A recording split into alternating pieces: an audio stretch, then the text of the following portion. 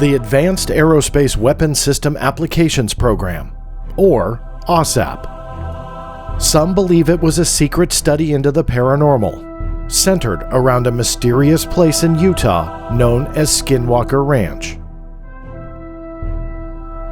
The government denies that allegation and labels it simply an aerospace research program that, where applicable, drew research from UAP material.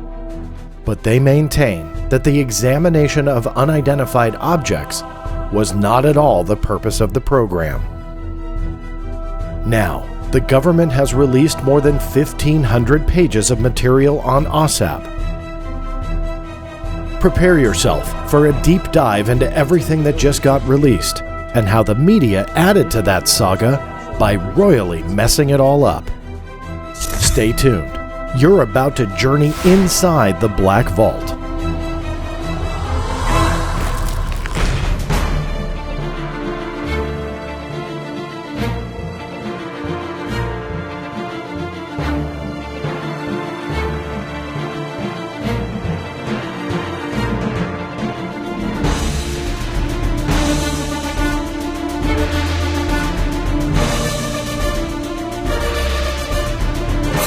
That's right, everybody. As always, thank you so much for tuning in and taking this journey inside the Black Vault with me.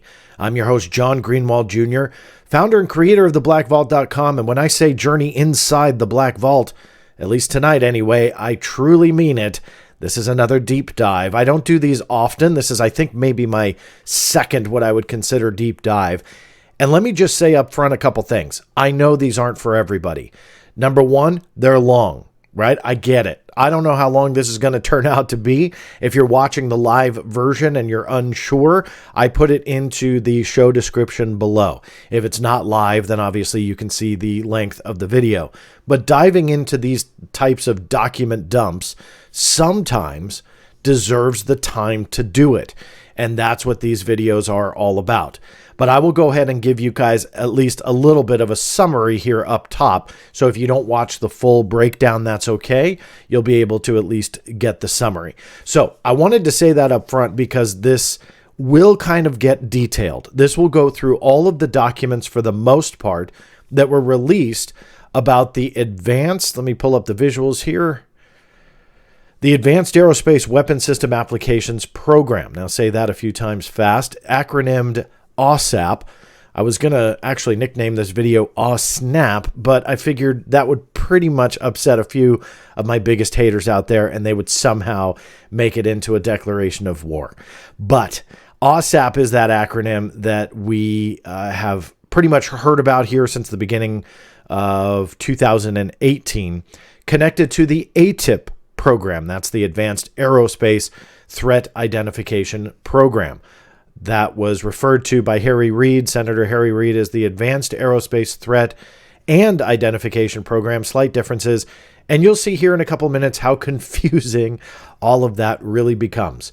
But anyway, this is a deep dive into some material that came out in the last couple of weeks and got picked up by the mainstream media. Now, when I say mainstream media, The Sun, if you're not familiar with that publication, sometimes questionable reporting, I should say, not recording, but questionable reporting. And although I don't like really trashing media outlets, although I do harp on them often for coverage on UFOs, I will say that this coverage was not strong. And the reason I say that is it was not accurate about what was going on and what we were essentially all seeing. This was the article that kind of led the way. Pentagon releases 1,500 pages of secret documents about shadowy UFO program after 4-year battle. Well, other than a wait, I'm not sure what battle they're referring to. There were no appeals needed for this yet, although I'll get into it later that I ended up filing some appeals. The battle I'm guessing is, again, that wait time that the journalist had waited, Emma Perry, waited for the documents to come. 1,500 pages of secret documents is a little misleading. Sure, they weren't revealed before, but they were all unclassified, which is always a key when looking at this type of information, because it really does, I would say, outline the magnitude of the information therein. So all of these records being unclassified with the exception of one report, which we'll get into in a few moments as well. Secret is a little bit pushing it. But hey, look, I'm not going to harp on the writing itself. I wanted to show you all the headline and what then created what I call the copy and paste journalism effect, and that snowballed from there. A lot of places picked it up. I saw Luis Elizondo on Fox News a couple times. I don't know if he appeared on any other networks. I didn't see him on social media by the time I had recorded this. But I did see, again, a lot of media coverage on this, a lot of media appearances by various UFO experts, even experiencers. I saw Tom Reid that was on, I believe, Fox News as well. I saw a video posted on Facebook. So a lot of coverage to this particular report. And when you dissect the Sun article, which again avalanched into so much other coverage, it essentially surfaced around one single report. Not all 1,500 pages were about UFOs. In fact, none of them were. This report, which was the only one to mention UFOs, was the one that was kind of highlighted, and most news agencies erroneously reported quite a few different angles, but one was it was a 1,500-page report. That was untrue. 1,500 pages of UFO-related documents. That was untrue. And it just kind of, again, snowballed from there in a lot of inaccurate reporting, but it was all based on this. It was authored by Dr. Christopher Kit Green. Most people refer to him just as Dr. Kit Green. And I won't go into his whole background and so on, because this video is going to be long enough. So I'm going to have to kick myself to not just dissect every little thing. So I invite you all to research Dr. Kit Green. He has been around the UFO field for many years. He has strong connections to Dr. Hal Puthoff and has, yet again, very questionable things that surround him as well. Now, I don't want to make that as an insult to the doctor. I don't mean it, but I know that a couple years back, there was quite a few headlines as well that Dr. Kit Green was duped by the hoaxed Roswell alien video, that he believed it to be real when it was not. And that actually kind of surprised me, but gained mainstream coverage. So there's a backstory here. And again, I invite you all to look into it. That's not meant to put him in a bad light. I'm sure people will attack me for bringing it up, but rather I wanted to bring up that history to show that this wasn't, for those who aren't aware, this wasn't a doctor who just appeared as part of this program and was somebody who was unknown, but rather quite the opposite, that he was known to the UFO field and was brought in as one of many subcontractors to author some of these reports under the AWSAP contract. And so we'll get into the other reports in a moment, but that's essentially what the news reporting was about, was on this one report. I believe it only totaled like either 28 or 38 pages. Sorry, I didn't write it down in my presentation here, but regardless, it was well under 50 pages out of the 1,500, and that was kind of the only record that talked about UFOs or UAP.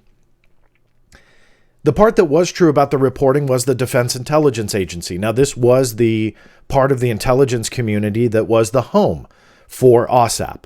Now, we do know that through reporting, some of which was accurate, some of which was not, the DIA was the one that held the contract for AWSAP and then sent it out, awarded it to the contractor Bigelow Aerospace and his subsidiary Bass. And that part has kind of resonated in much of the reporting over the last few years. So the DIA, which has been sorely backlogged when it comes to the Freedom of Information Act, was just behind on processing the requests filed for any AWSAP documents. AWSAP came out in the beginning of 2018, and that's when the majority of us started filing AWSAP-specific requests. So the Sun, who framed the story as an exclusive, I'm not really sure where that came from, and nor am I taking credit. There were a lot of people that were getting these documents, myself included, in the last 2 weeks. Why? Well, we all kind of filed somewhat around the same time frame, and this is how long it has taken for the DIA to get to those requests, process the documents, and start releasing them. For the most part, most people got shy of 1,600 pages. I think the exact page count was 1,574. And most people got that. Other people that narrowed their request a little bit more got a lesser page count. But the most broad, we got 1,574 pages of material that was all about AWSAP. According to them, it was everything. Or at least that's what, through the FOIA letters, led us to believe.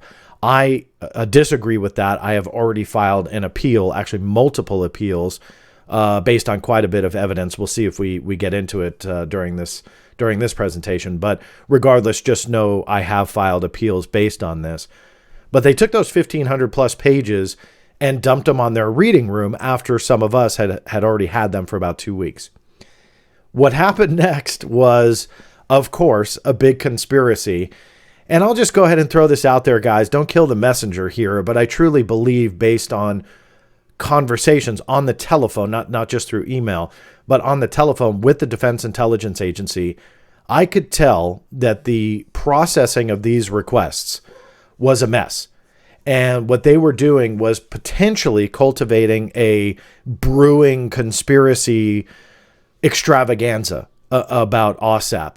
Now, for those fans of this channel that have seen some of my interviews, one of which was with Tony Bragalia, you'll see where that misunderstanding to someone who really didn't have experience with the FOIA or dissecting what he received, but just kind of assumed quite a bit, and he felt that he got the DIA to admit to alien material, which was wrong, and I believe through evidence, not even experience, where I'm trying to say, hey, he just was inexperienced. No, with actual evidence to refute his claim, it threw it out, blew it out of the water. But that is a prime example of what happens when there is, I would say, a slight carelessness when when processing the filed FOIA requests, because they took those 1,500 plus pages, dumped them on their reading room, put them all under the title Unidentified Aerial Phenomena. Now, why is this kind of surprising? Why does this even matter? Well, for the last few years, the Department of Defense and the DIA has stood by that, although eventually they admitted some of the material utilized UAP information in their report, likely that Kit Green report I just showed you, the scope of the program had nothing to do with UFOs and UAP. Now, again, don't kill the messenger, but based on the evidence, I actually feel that's true. But regardless, take my opinion out of it, that's the DoD stance. You can take that as you want, but that is the Department of Defense's stance. It's been a messy message. I will not defend their messaging. I don't endorse what they say, but rather that is what they say. So when they put this on their reading room under Unidentified Aerial Phenomena, I thought, okay, their messaging has been really messy, and with me, they have changed that message in the past. And I've reported on that and written articles about it, done videos about how they will say one thing and then amend it later on, and they'll change it. One time they said correct the record, I think is the way that they referred to it as, and that became kind of a mess in itself. Well, this was kind of no different. I reached out I think the day after, or maybe the day of, that this popped up, that the Unidentified Aerial Phenomena tab popped up in their reading room, and it had not existed before. And I asked the DIA's Public Affairs Office and also the Pentagon, who generally speaks on UAP issues, hey, what's going on? Are you guys now changing your tune? Can you please give me an amended statement? If so, if not, what is going on? Because out of the 1,500 and 74-ish pages, you only had less than 40 that dealt with UAP and UFOs. So, and again, don't kill the messenger. You guys can download all those documents, see for yourself. There's a lot of stuff about advanced aerospace, but nothing about UAP and UFOs. So what gives? Why would you put it in that category? And I wasn't accusatory or trying to say change it, but rather seeking clarification. If they were maybe going to post something pretty soon that we didn't get everything, but they were going to post something that would force them to essentially alter their message and change some statements. Well, I didn't hear back that day. The next day, something strange happened. It disappeared. And you can see here on the right side of the screen, the tab disappeared. I then got a response from the Pentagon. No surprise there. The DIA did not speak on their own behalf when it came to the UAP issue. Susan Goff, a name that some of you very well know and love, is the one that speaks on UAP issues. She said the following: DIA mistakenly selected UAP as the tab label for those documents. We're working with them to change it to a more accurate name. As we have said before, while the AWSAP contract allowed for research drawn from a wide variety of sources, including reports of UAP, the examination of UAP observations was not the purpose of ATIP, nor the AWSAP contract. Susan Goff, Pentagon spokesperson. So what she called as a mistake, essentially a mistake, it was changed. Now, by the recording of this video, which is roughly about 5 or 6 days or so since that happened, they have not changed it. Now, I've programmed websites for over 25 years, and I know that although coding can get complicated, all they had to do were very few changes to essentially put this into another folder or rename the current folder, since that was all that was in it, meaning AWSAP material. Now, this is a pure display of government logic. Why wouldn't you just name it AWSAP? There's no confusion with that whatsoever.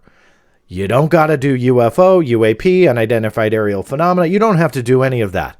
And if you made a mistake, fine. You owned up to it. You made a mistake. Let's rename it. Why wouldn't you just rename it AWSAP? Boom, done. Instead, here we are looking at our watches going, where's the beef? Where's the data? Where did it go? Well, it's all gone. Now, don't worry, because I went ahead and had already received it through FOIA and put it online. But on top of that, and I'll highlight the document later on, there was actually one document that showed up in the reading room that, as far as I know, and I checked with a few people, not everybody, obviously, because I don't know the full list, but the few people that I know got it through FOIA did not actually get this document. Why? I'm not sure, but I'll go ahead and highlight that to you guys as well. But all that data on the DIA as I'm recording this is gone, but the link in the below description, if you haven't seen it yet, go ahead and click on that. You'll be able to download everything. It's still there.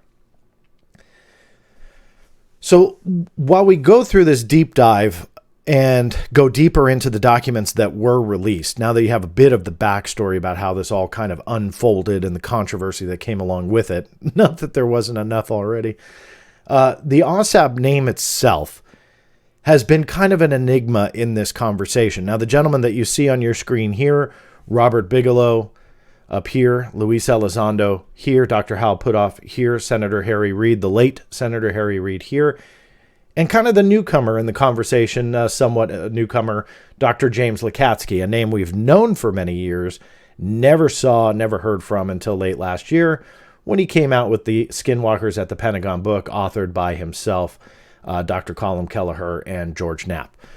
So these are the gentlemen that really have spearheaded defining what AWSAP was.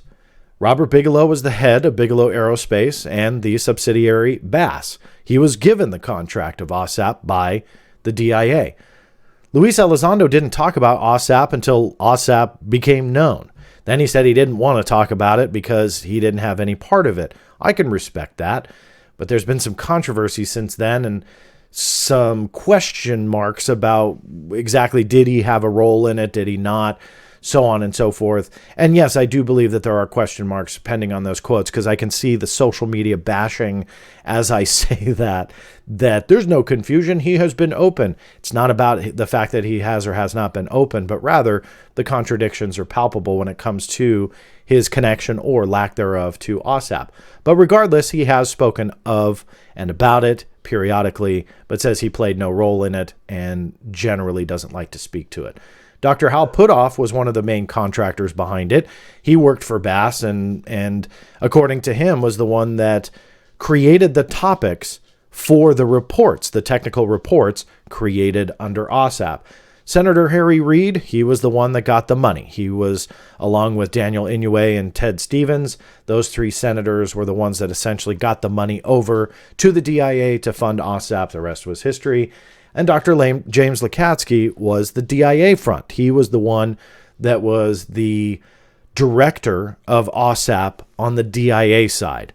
Dr. Colin Kelleher, who I did not picture here because I won't talk about him much, but I know he's kind of gotten on the scene a little bit with the publishing of this book, and then prior, he was well known for his NIDS research and so on. But Dr. Colin Kelleher was kind of known as essentially the director on the private sector side, the BAS side for AWSAP. We'll go ahead and dissect all of what those gentlemen did with AWSAP, and we'll see kind of who's the closest with the definition. Now, why am I laughing? Because the definitions for AWSAP from these gentlemen differ. They actually don't align. They contradict each other a lot. This book here, not saying it's right or wrong, but really threw a monkey wrench into the wheel of the story that I was actually becoming more and more comfortable with. Mr. Luis Elizondo kind of put a monkey wrench. If you really read it and you really match up the claims, it kind of, I will say, messed it up. Now, I'm not saying it's right, not saying it's wrong, but rather it messed it up. Nobody can hide from that fact that the contradictions, again, are incredibly palpable when you match up everything in this. Now, I'm going to start with some of your favorite. Never mind. I'll start with the DoD first. I was going to make a joke. I decided not to. But this is the stance on AWSAP from the Pentagon, from the DoD. It's a little bit long, but for the audio version, I think it's worthwhile reading. Again, this is a culmination of numerous statements that the DoD then combined for a kind of a massive statement about the program. Massive is kind of an overstatement, but this is kind of a very lengthy expose of what ATIP/AWSAP was, according to the DoD. The purpose of the Advanced Aerospace Threat Identification Program, or ATIP, was to investigate foreign advanced aerospace weapon system applications with future technology projections over the next 40 years, and to create a center of expertise for advanced aerospace technologies. The goal was to help understand the threat posed by unconventional or leap-ahead aerospace vehicles and technologies that could have national security implications for the United States. The program commenced in fiscal year 2008 with $10 million appropriated in the Defense Supplemental Appropriation Act. DIA awarded a contract to a sole bidder, Bigelow Aerospace Advanced Space Studies, or BAS. The contract was known as the Advanced Aerospace Weapon System Applications Program. Now, how do I read this as somebody who's researched government programs? It's kind of straightforward. I'm not saying it's accurate. I'm saying it's straightforward. They are differentiating between ATIP and AWSAP. How I dissect this is through the Defense Supplemental Appropriation Act for fiscal year 2008. ATIP was created out of that as a DIA program, obviously oversight, which would be at OSD. And part of that program created a contract that was sent out, awarded to BAS. That part was known as the Advanced Aerospace Weapon System Application Program. Now, why I dissect it like that, just so you guys are aware and anybody can verify this, there are various programs or essentially titles that are given to efforts, in this example, ATIP. And in a budget, you have that on a line item, but underneath that, you can have multiple contracts sent out under that portfolio, that header, that headline, that program name, whatever you want to call it. But essentially, there could be multiple. How I dissect this is it's kind of no different, except there's just one contract that was known as AWSAP. In other ones where there's multiple, they would have multiple potential program names. And again, that's not true in every instance. I'm just saying, if you look at budgets, you can see that kind of stuff where things are contracted out, and you'll have different contractors doing different parts of a portfolio or whatever you want to, again, call it, but that is slated to have X amount of millions or tens of millions or hundreds of millions of dollars, and they contract out certain things. As a result, that agency will get the deliverables from each of those contracted agencies and outlets. They'll send the reports back or research back or whatever that contract is, and there you go. Then you have all this research done that's collected by the agency. In this particular one, ATIP, I feel, based on their outline here, is just kind of that DIA-led program and initiative, And under that, AWSAP was created to get these technical reports, and they farmed that out to Bass, and the rest was history. Going back to the statement, this is from, again, the Pentagon on AWSAP. The contract goal was to study 12 technical areas: lift, propulsion, control, armament, signatures reduction, materials, configuration, power generation, temporal translation, human effects, human interface, and technology integration. The contractor identified and worked with academics and scientists to produce technical reports. In developing the reports and exploring how to create a center of expertise, the contract allowed for research drawn from a wide variety of sources, including reports of UAPs. However, the examination of UAP observations was not the purpose of ATIP.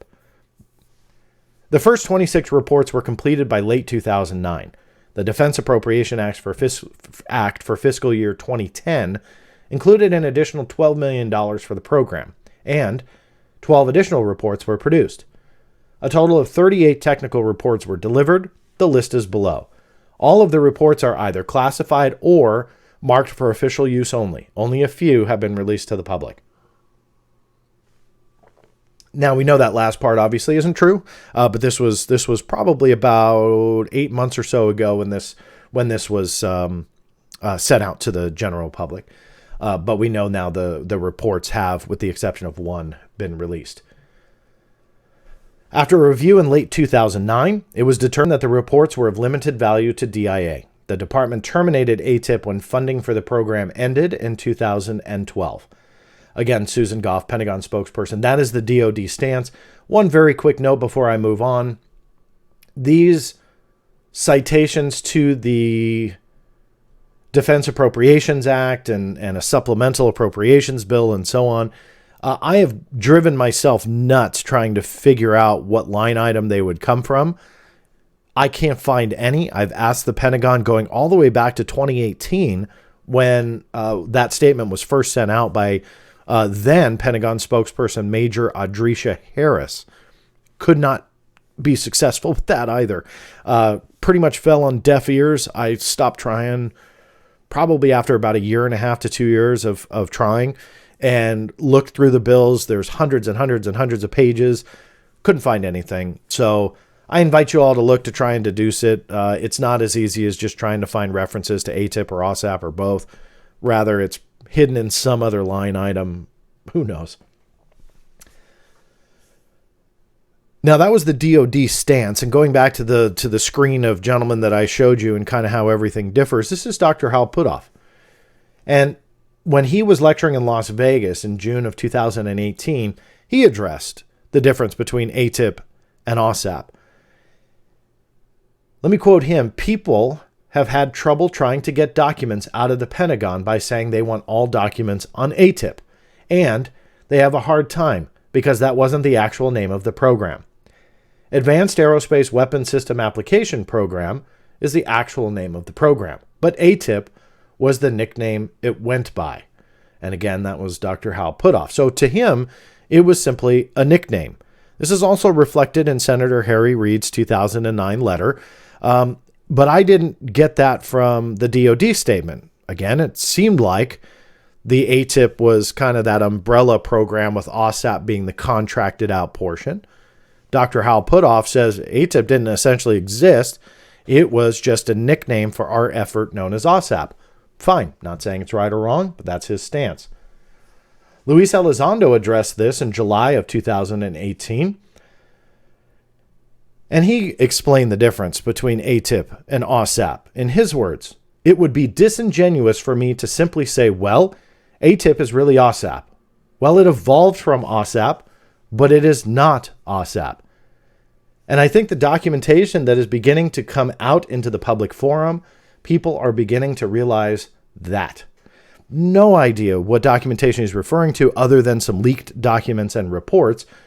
And that's fine, but it really didn't make, in my opinion, anything more clear, but rather much more messy. But the point here is that he's saying AWSAP and ATIP are not the same. They are different. And he draws a distinct and firm line in between the two. During one of my interviews and conversations with him, I asked Mr. Elizondo about the contradiction with Dr. Putoff and his labeling that it was a nickname. He said that that was not accurate. He didn't expand on it beyond that. Said it wasn't accurate. So here we have people that were intimately involved, according to them, but they don't even agree on what the relationship between AWSAP and ATIP really was.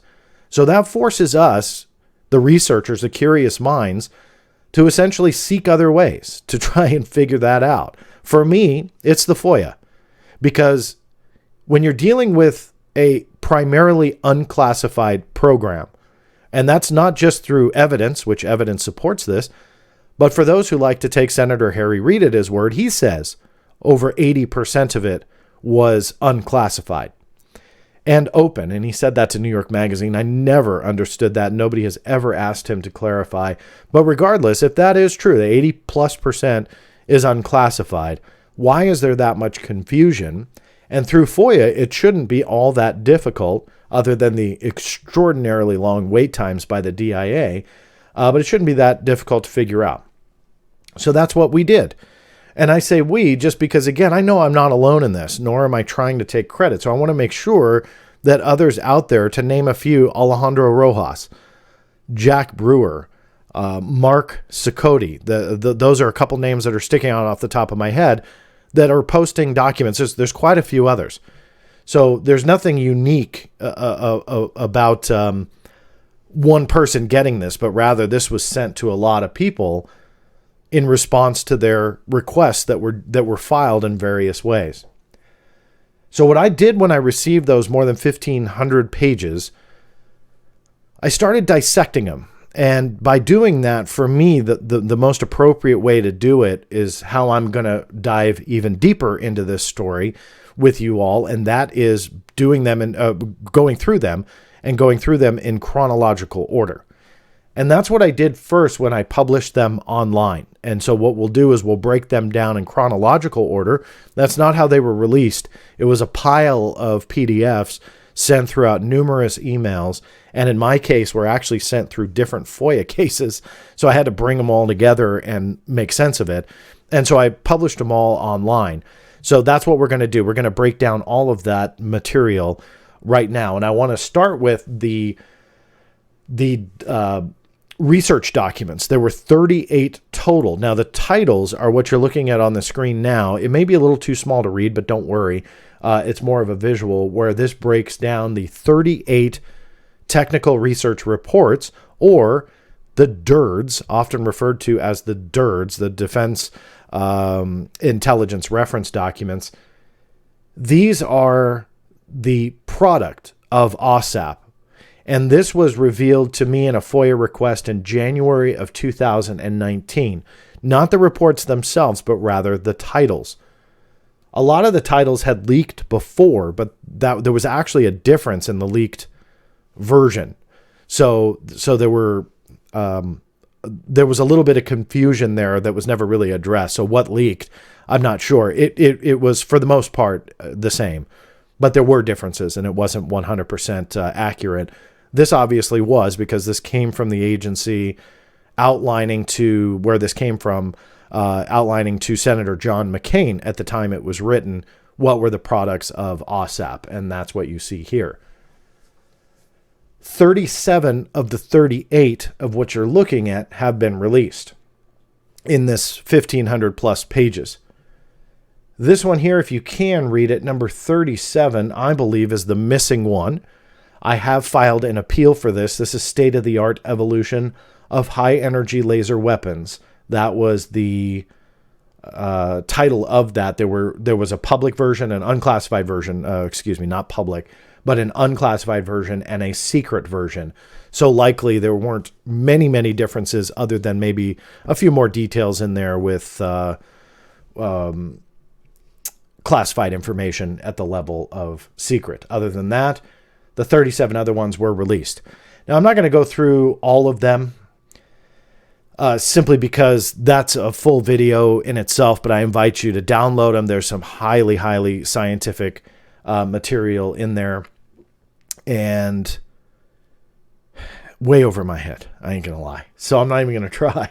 But regardless, they're there for you to download, all of which are at an unclassified level now officially released. I'm going to come back to that slide. Actually, that's a little bit out of place. So what I did on that page, again, linked below, if you're watching on YouTube, if you're listening on the podcast, find the show notes. You'll be able to go ahead and download all of the DIRD papers, all 37 of them, in a zip file or one by one, whichever you prefer. On the screen, if you're watching this, it will look like this. So you'll be able to download everything. The one DIRD that I will talk about, however, is that Dr. Kit Green one. I want to go back to it. I've already touched on it already, but what I did not mention was that it had already leaked before. And this was published by Popular Mechanics and had already kind of circulated a little bit. It wasn't the exact DIRD because there were differences, which I'm going to show you right now. Minor ones, but one of which I think was of note. But regardless, the title was different. You can see here the official version, anomalous acute and subacute field effects on human biological tissues, versus the leaked version, clinical, medical, acute, and subacute field effects on human dermal and neurological tissues. Obviously much more of a handful here. So my guess is this was a draft. That's what I'm guessing. That maybe what leaked was one of those first drafts, or maybe this is what they sent to DIA, and DIA maybe edited it down a little bit, changed the title. I don't know. And Dr. James Lukatsky, I can't get a hold of him, doesn't return messages. So sadly, I'm just kind of left to speculate a little bit. But regardless, wanted to at least make note that this had been around before as being published by the Popular Mechanics. So what I did was I started comparing the two just out of curiosity. The formatting was different, which created a pretty drastic page count difference. But it appears that there weren't major structural differences, except a few that I noted here. The Advanced Aerospace Weapons System Applications Program, or AWSAP, those references were actually all taken out. And I don't know why. This will obviously, if you look at the list of 38 reports, definitely stuck out. Number one, it was the only one that dealt with UAP. It's the only one that mentions it at all, and UFOs as well. Deals with all sorts of crazy stuff like radiation burns and brain damage and all sorts of things that happen to the human body after coming into contact with UFOs. Well, in the leaked version, AWSAP was referenced, I believe, 4 times. In the official version, all the AWSAP references were stripped out. Now, the cover page remained. I'll show you the cover in a second, but why was that? You can see here, the first one here that I showed you, this is 23 of the leaked version, 10 of the official. The footnote strips out the AWSAP reference. Here's another one inside. What is not addressed in this review, again, this was from the leaked version. We are aware of claims that some new and emergent systems may be intended to cause harm, and thus even be an intended weapon system. We make no attempt herein to validate any claims. That is certainly the overarching goal of the Advanced Aerospace Weapon System Applications Program, but not of this study. You didn't attempt to verify any claims in this study? That's how I took that. I've read it 100 times trying to figure out, is he talking about claims of this being weapon systems? But no, I think that regardless, even if he was maybe referring to trying to validate claims being weapon systems or not, it's clear he didn't validate any of the claims. And as some on social media have pointed out, namely Stephen Greenstreet, video journalist from the New York Post, host of the Basement Office. I know he's coming out with a new season. Credit to him on this level of digging. He went to the sources that Dr. Kit Green used and saw that a lot of them, I won't say all of them, but a lot of them were using National Enquirer and like an Australian Penthouse magazine, very questionable sources to create such an extraordinary claimed document about effects of UAP and UFOs on the human body. Would you jump to the National Enquirer and essentially smut magazines to get your sources? Well, that's what this report does. It cites reports that he's using as evidence, and that is their sourcing. So when you trace back where these stories are coming from, again, you have a lot of National Enquirer and Penthouse magazine in Australia and so on references. And Stephen Greenstreet made, I think it's like a 2-minute video, and I was contemplating getting permission to show it in this video. I decided not to because I think there may be like some copyright issues that I didn't want to deal with using it. But he uses different clips and visuals and so on, and clearly shows how the quote unquote serious news coverage of this is missing a major piece of the story, which is the sourcing. So he says it right here that he's not verifying anything, any of the claims. And then when you go back even further, you realize the claims likely can't be verified. So does that give it scientific merit? I'm not a scientist, so I'll let you guys decide. Going back to that report, though, no attempt to validate these claims. That is certainly the overarching goal of the AWSAP, but not of this study. You can see here in the official version, that was stripped out. So he just no attempt herein to validate any claims. See that here? And then a period. No reference to AWSAP. I don't know why. It's an unclassified document and it's an unclassified program. So there's really kind of no reason. Here's another one. The material does not rise to the quality of the initiative of this advanced aerospace weapon system application program, in which this paper serves as one of several dozen analytical examples. Official version is stripped out.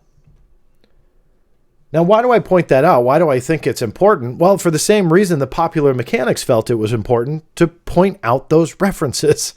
And so for the fact that they felt the need to, I believe it was, 2020, Popular Mechanics felt the need to point out the references and numbered them on 4 different occasions. AWSAP was mentioned, essentially drawing the line between UFO and UAP research to AWSAP.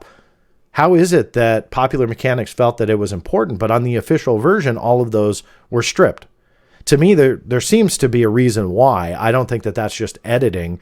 And if it is, well, that's great. I'm looking forward to somebody saying that. But regardless, though, what happened to the references? Was there an intended separation between that report and AWSAP? I don't know. But clearly something was going on for them to strip out all of the references. The only other dirt I will point out is the one on the Drake equation. Very interesting to put in there with advanced aerospace technology. I don't have an explanation on why. Doesn't mention UFOs or UAP, but obviously calculating intelligent life in the universe was the aim of this. Why was it in here?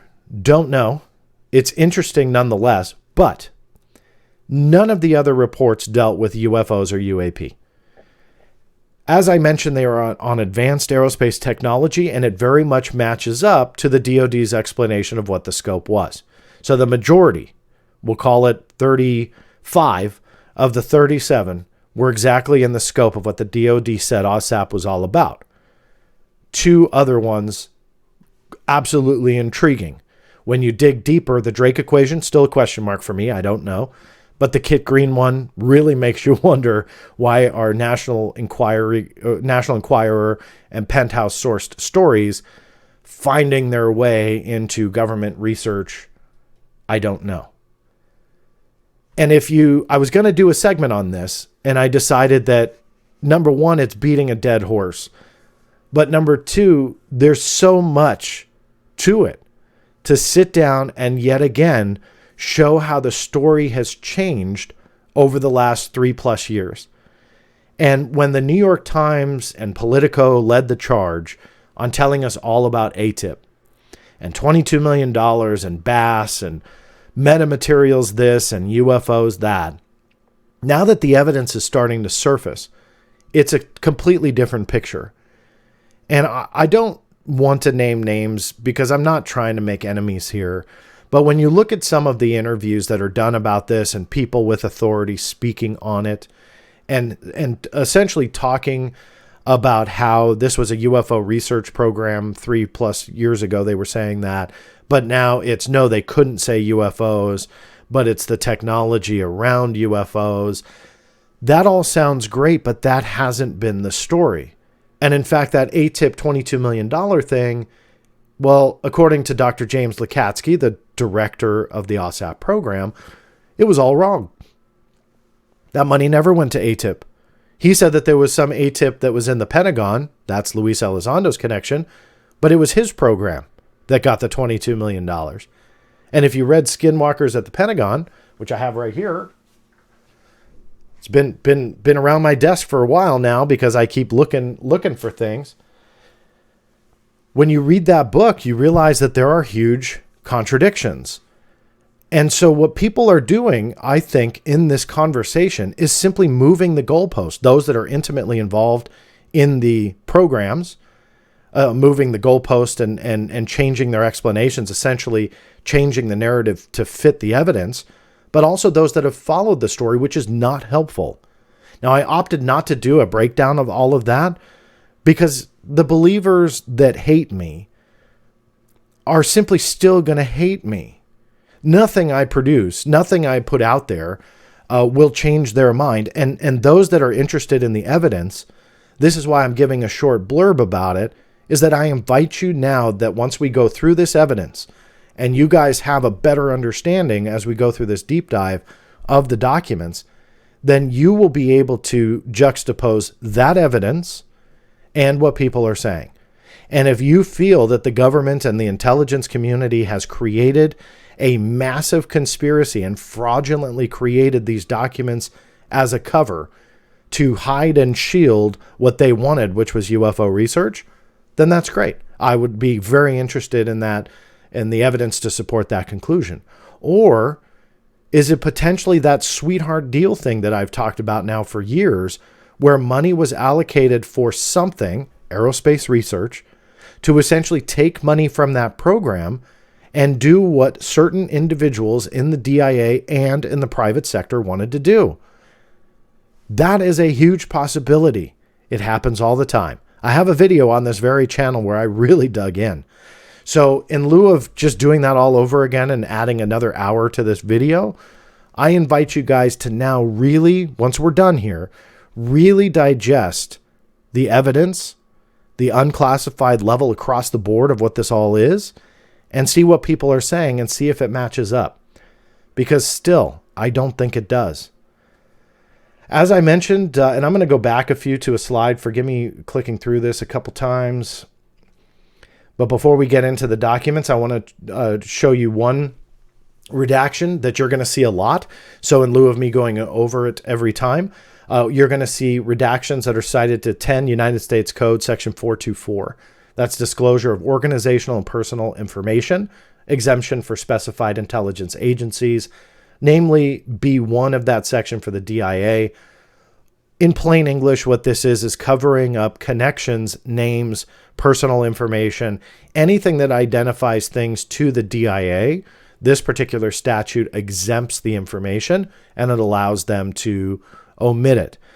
To my surprise, the DIRD authors are an example of that in these documents, but the DIRD authors have been released before, not via a leak, but rather my FOIA request. So why they felt the need to redact them, I don't know. That's one of the sillinesses of the FOIA, but regardless, that is what you're going to primarily see. So I wanted to go over that. In the FOIA, which is 5 United States Code, Section 552, that is exemption B6. And B6 is that personal information. Essentially, it's the same thing, but this gives them a little bit more leeway to redact information to protect DIA assets and people and so on. So as I mentioned, the website that is linked below is all in chronological order. Really helps make these documents make sense, but also help you understand the picture. That's how we're gonna go through this. One of the first things that is on there, or the first thing, was from August 22nd, 2008. This was the original contract solicitation, or the bid solicitation that was put out there on the Federal Business Opportunities website, or FBO.gov. Since then, it's been rebranded to SAM, I believe it is, SAM.gov.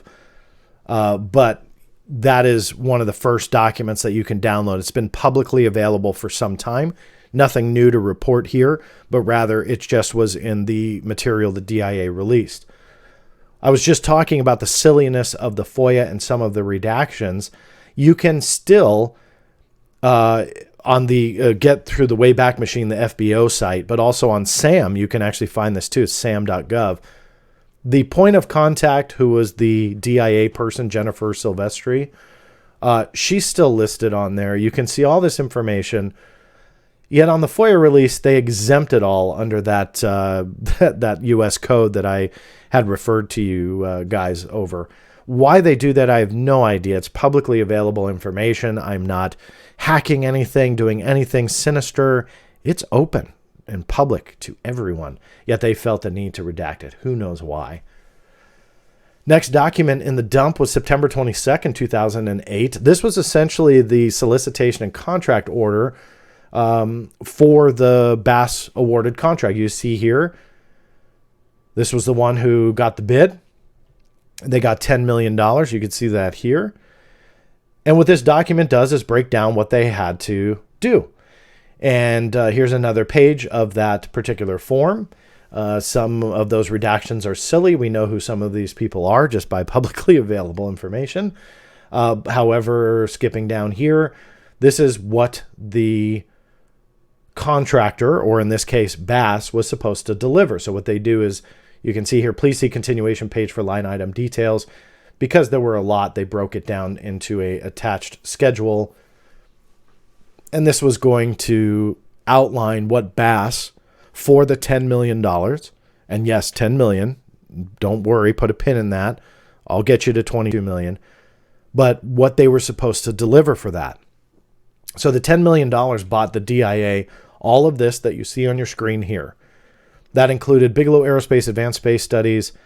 Let me see here. Monthly status reports from 22 September 2008 to 29 September 2009. Project management plan for tasks. And then it refers back to other line items. Research report for tasks, so on. Comprehensive integrated threat assessment. Travel, accounting, and appropriation. Other direct costs, which some of these line items, again, you can see are redacted. B4 is essentially protecting corporate information, so Bass's competitors can't go in and see how they broke down the money. Option year, so this breaks down the monthly status reports, and that this first contract was going to go, you can see here, 2008 to 2009. Then the option year, the option was after the first year, they can take an option to do one other one. And I believe by the paperwork, they can do 5 total years. So it wasn't supposed to be capped after the second year, but rather they just didn't see value in it. But it outlines that the first option year would begin in 2009 and go to 2010 and so on and so forth. So it goes on from there. What I want to outline, profile on this particular document is down here. You see this? Page 2 of 51, page 3 of 51. There were only these essentially 3 pages in this contract. The 51 page number, I'm not sure. I appealed this as well, because if we're missing those 48 other pages or so, where are they and what do they say? So we have somewhat of an idea. Is it a mistake? Did they use a template and this is an indicator of a rushed process? Quite possibly. There's no way around that. But the reason why I say that is it ends halfway on the page here and ends with other, which most outlines like this do when it's at the end. But pages 4 through 51 likely may be something else entirely. So not a breakdown of their schedule and reports and essentially the deliverables, but something else. I found some examples of it, but it's kind of unfair to try and think that this would be exactly the same. So regardless, I appealed saying, hey, it looks like you guys ignored these pages and did not give them to me. So we'll see what comes out of that appeal. December 16th, 2008, this file comes up. It's a PowerPoint presentation, Advanced Aerospace Weapon System Applications Contract Status. The contract number, you see there, HHM 402-08-C-0072. That was known as the identifier for AWSAP. It's on the contract if you look at it. And again, dated 16 December of 2008, all unclassified. And this, if you follow along the chronology, was not too long after, just a couple of months after the AWSAP started. It was awarded and started. Advanced Unconventional Aerospace Weapon System Technical Studies, Threat Projections through 2050 timeframe, not extrapolations of current technology in the following areas: lift, propulsion, control. All of this is very much the same as what we've already gone over. So AWSAP was supposed to be forward-looking at the technology of the future. Another page in that same slide presentation in December, initial contract status brief was given to, and then a name redacted, on 10 November. Subject was raised by Senator Reid in a meeting with, redacted, on 13 November. So just a couple of months in, Senator Reid is already showing interest in what is going on with this program that he funded.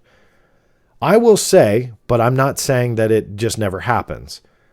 It's not really common, from what I've seen, to have sitting senators follow that closely what's going on with a program on that level. Now, let me stress on that level. Of course, they follow developments. They get briefed themselves. Sometimes they hold hearings and so on. But in meetings like this, for out of all of the classified and unclassified things the DIA are doing, he just happens to show interest in the one contract that he helped fund that got awarded to the corporation that was in his great state of Nevada. Coincidence? Again, it leads into that sweetheart deal thing. Why was he so interested? Maybe it was just a curiosity, and that's fine. Before you sent me hate mail, that's fine if it was just curiosity. All I'm saying is there's not a whole lot of examples where senators are doing just that in these types of situations. Bigelow Aerospace Advanced Space Studies submitted complete program management plans in the 12 technical areas on 21 November for DIA comment and approval. So obviously the contract was playing out. They were figuring out what those DIRD reports, essentially what would become the DIRDs, what they were going to be. Technical approaches being implemented by contractor are established. Traditional techniques within intended scope of contract. Technical report deliverables will be under subcontract within 2 months and completed within 7 months. Equal amount monthly payments to contractor have commenced and allowed for research subcontracts to be put into place quickly, obviously referring to the DIRD authors. Difficulties in establishing a research effort from the ground up, staff, management, consultants, clearances, facilities, is noted in this PowerPoint presentation as a challenge. Program management plans, 12 PMPs are very good to excellent. I wonder how they determine what's very good and what's excellent, but I don't know that. Multiple reports in each technical area within the contracted period. In general, each PMP has 2 to 4 feasibility of technical concept studies, suggested comparison of the aerospace vehicle concept with observable data, review literature for recent concept proposed by academia and national labs, information exchange with government contractors in the aerospace and electronic sectors. So obviously this PowerPoint, I didn't go over every slide. So those are just some mixed pages on some highlights. But again, you can download the full presentation. But obviously at this stage of the game, still ramping up, still figuring things out, still moving forward. Jump to January 5th, 2009. This was a different type of document in the dump. You can see the highlighted section there. Senator Reid visit to, redacted, 5 January 2009. So Senator Reid coming back to likely somewhere in the DIA. If I were to venture a guess, by the way, this is the Defense Warning Office.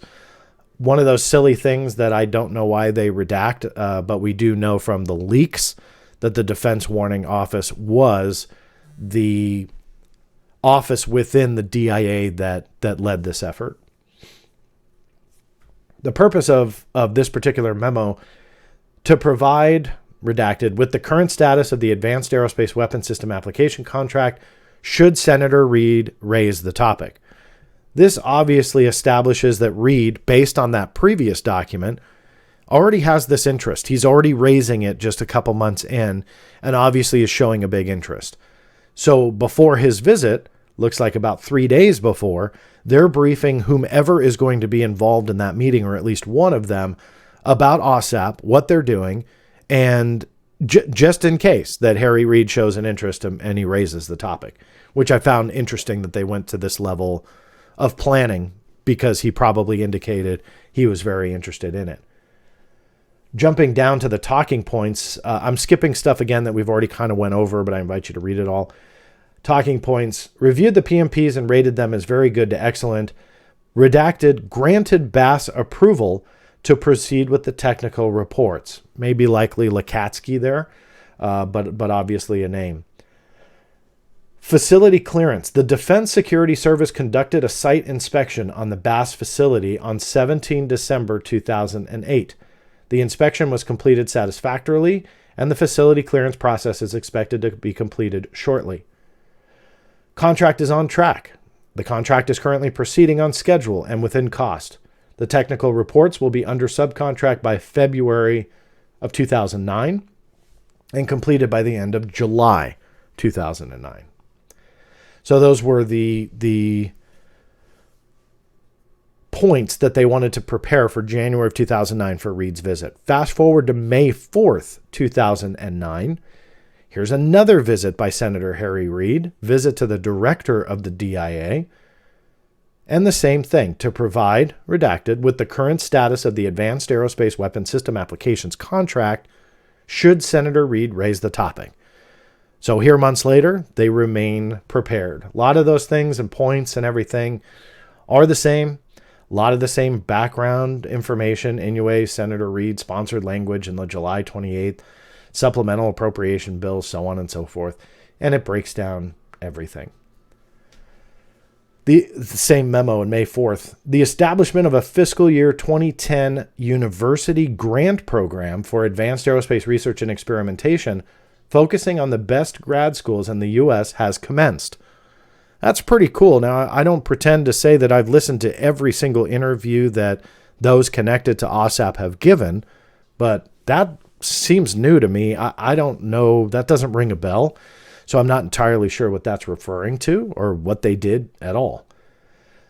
Again, back to the memo, this contract is providing a unique opportunity for DIA to both understand very advanced aerospace-related technology and to determine its threat potential to the United States.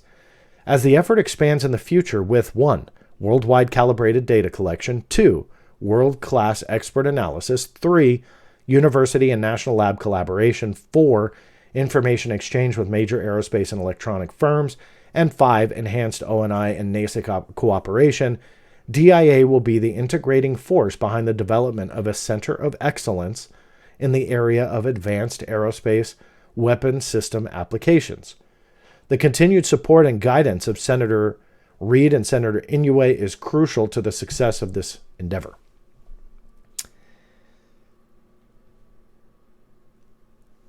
Noting here that on May 8th, these two documents labeled briefs you can download. I'm just going to go over one. Slight differences, which explains the page count difference, but essentially they were Advanced Aerospace Weapon System Application Contract Status Reports, or rather PowerPoint presentations. You can see here again, 8 May 2009. Overview. Support for contract was mentioned by Senator Harry Reid in a meeting with, redacted on 13 November 2008. So clearly they are continuing that awareness that Senator Harry Reid is actively interested in this. Difficulty in establishing a research effort from the ground up. Staff management, consultants, clearances, facilities have been quickly and successfully resolved. So remember that challenge that I mentioned to you just months prior. Now it is listed as a overcome challenge. The immediate way ahead. Begin publishing the 24 technical report deliverables as soon as possible. Continue to build research database architecture. Initiate University National Lab Research Grant Solicitation Program. Ensure that the special compartmentalized information personal security clearances continue to be quickly and successfully processed, and that SCIF certification is granted to BAS. Begin processing of lower-level clearances through DISCO as part of focused counterintelligence efforts. So this was their plan for the future as of May of 2009. Now remember, we've set up such a interest by Harry Reid here. The DIRDs haven't been delivered yet, but they're saying, let's do this fast. Now we're going from May of 2009 to the next month, June 24th, 2009. This is the infamous Harry Reid letter requesting SAP status for essentially AWSAP, which he nicknamed ATIP, or erroneously AAITP, which was essentially copy and pasted to numerous other documents. But how he broke it down, Advanced Aerospace Threat and Identification Program, and then incorrectly put AAITP instead of AATIP. Regardless, though, that name kind of stuck. But this is when he submitted his request to the Deputy Secretary of Defense, namely William Lynn III, to give it SAP status. Now, on a side note, I'm not going to go too deep into that letter, but I've done a full video breakdown on the mystery behind that letter. There is a big story behind it, meaning there's a lot of detail and very weird occurrences about it. So make sure, if you're interested, I'll put that in the show notes below. If you're interested in that letter, definitely take a look, because my research on that went well over a year or two trying to track it down, and I showed ample proof that it seems like that letter was just gone and just vanished. So take that for what it's worth. I'm kind of following up on one other lead. Hopefully I'll have an update for you guys, but check out that video if you're interested. So that was, sorry, here as I flip over, I want to make sure I have the dates right. So that was June of 2009. Jumping to a PowerPoint presentation, contract status on August 24th, 2009. Performance by Bigelow Aerospace Advanced Space Studies has been excellent, and they are in full compliance with Aerospace contract, and then it gives the AWSAP contract. Extensive monthly status reports received, 12 project management plans received and executed, 26 detailed research reports, twice the minimum requirement received by 30 June 2009. Reviews of reports have been overwhelmingly positive. Recommend that DIA should go forward with option year 1 with BASS, subject to available funding. $12 million for the continuation of that contract by DIA has been submitted in the fiscal year 2010 defense budget. Funding likely to be approved. Remember, I said I'd get you to $22 million. So year number 1, $10 million. Year option year number 1, technically year number 2, would be $12 million for a total of $22. Going forward in that presentation, contracting officer will extend this contract through 30 September in order to use fiscal year 2010 funds and option year 1. Extension will be at no additional cost to the government. I think that was just a legal thing. That way they could keep BASS going through that time frame to get to fiscal year 2010 and just immediately continue with the funding. BASS has indicated that they are willing to operate at risk in option year 1 until fiscal year 2010 funding arrives. Essentially, BASS was saying, hey, we're pretty comfortable you guys are going to get it and keep us on. It was already stated as such. So they were just going to keep going, and that Robert Bigelow would essentially front the bills until they would start paying again from fiscal year 2010 funds. The funds, the joys of government funding and contracts. Option year 1 deliverables. CLIN, by the way, is contract line item number, so that calls back to those contracts that I was talking about and the different breakaway line items. 12 monthly status reports, 12 area management plans, delivery by June of 2010. Where I want to also note, I appealed this as well. Even though there are periodic PowerPoint presentations inside DIA, which is one of which we're looking at now from August of 2009, these contracts stipulate that BASS was supposed to be doing monthly status reports of their own and submitting them to DIA. So what you're looking at is the DIA status report, likely, this is a guess, created by James Lakatsky. He's very complimentary on BASS. I think that he wanted that contract to continue. But again, it's just speculation there. But I'm guessing he did the PowerPoints that we're looking at now. But by the paperwork, BASS would have done monthly status reports submitted to DIA. Then DIA would take all of those and evaluate, meaning Lakatsky, and however many people he had working on this team, if any, and then create these status PowerPoint presentations to give to his boss and essentially justify everybody's paycheck. And why are they getting tens of millions of dollars? Well, this is why. It's excellent. It's great. They're fulfilling. There's no extra cost here. They're doing this. They're doing that. It's all great, fine and dandy. Let's keep going. And so that's what I see here. But I appealed based on this evidence that none of those monthly BAS reports were released. Now, I call them BAS reports, but yes, they will be subject to FOIA. Why? Because they are deliverables on a government contract, not a grant. So they are not proprietary information, in my opinion, and there is no indicator here, as much as others have tried to claim, that some of that information would remain proprietary. Would portions remain exempt under B4?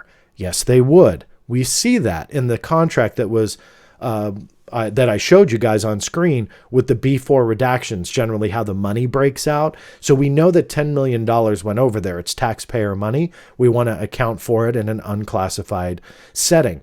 But how then a private contractor divvies up that money, what they spend it on, and so on, there are protections under FOIA that shields that. So that way competitors can't come and spy and so on and so forth. So that is kind of a quick explanation of that. But for the information to be entirely untouchable by FOIA is untrue if it is in the contract to be delivered to DIA. Why? Again, taxpayer money. You and I paid for it if you're in America. If you're in the world, I know you want to see it anyway. Same presentation, August of 24th of 2009, program management issues.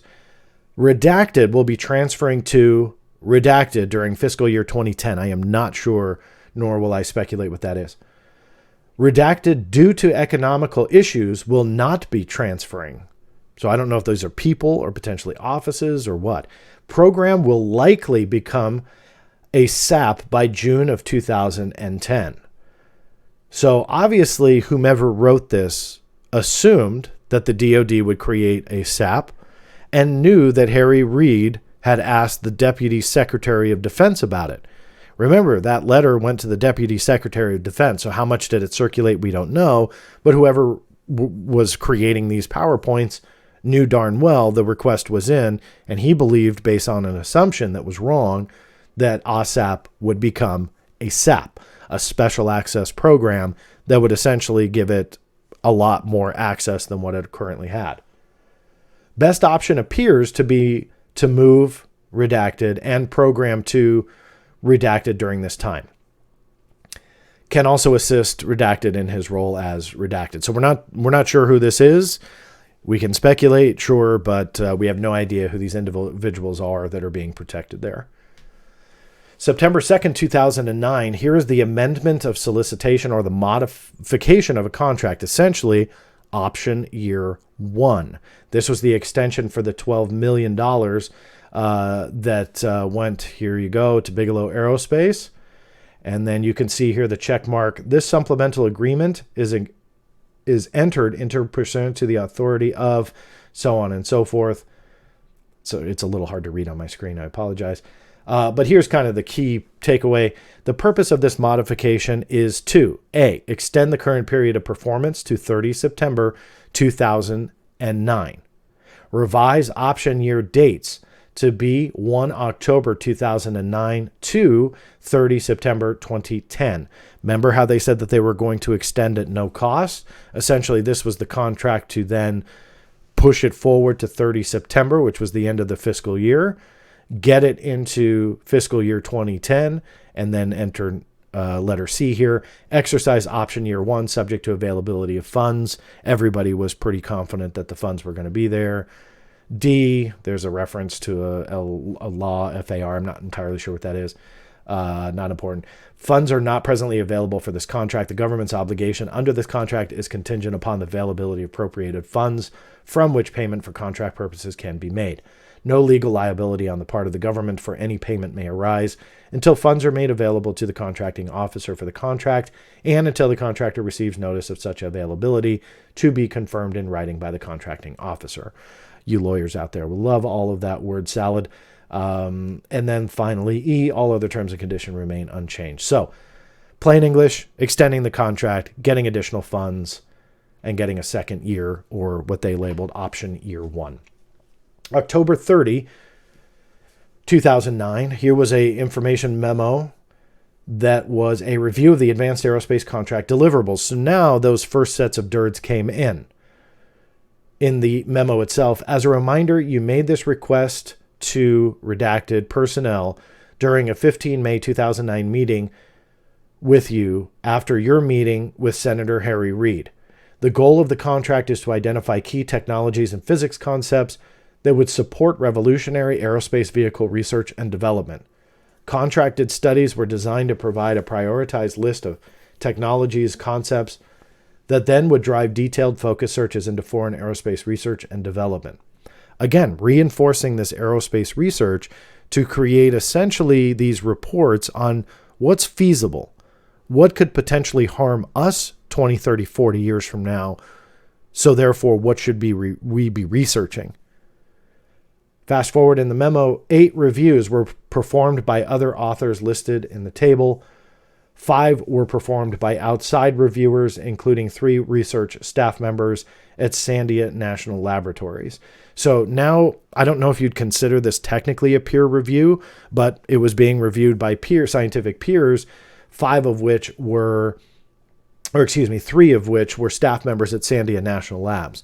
Yes, I have filed FOIA cases there to try and track down what was the connection. Was this outside of their official duty and they asked for a favor? Was this official? I don't know.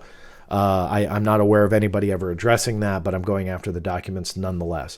So if you look a little bit further into the same memo here, October 30, based on draft budget guidance, Congress apparently will fund the contract's option year 1 at $12 million. In fiscal year 2010, redacted, will use the 26 fiscal year 2009 technical reports in having BASS evaluate potential adversary exploitation worldwide. Select studies amenable to classified experimental verification by BASS, and have BASS conduct new classified and unclassified studies with select academic and industry partners.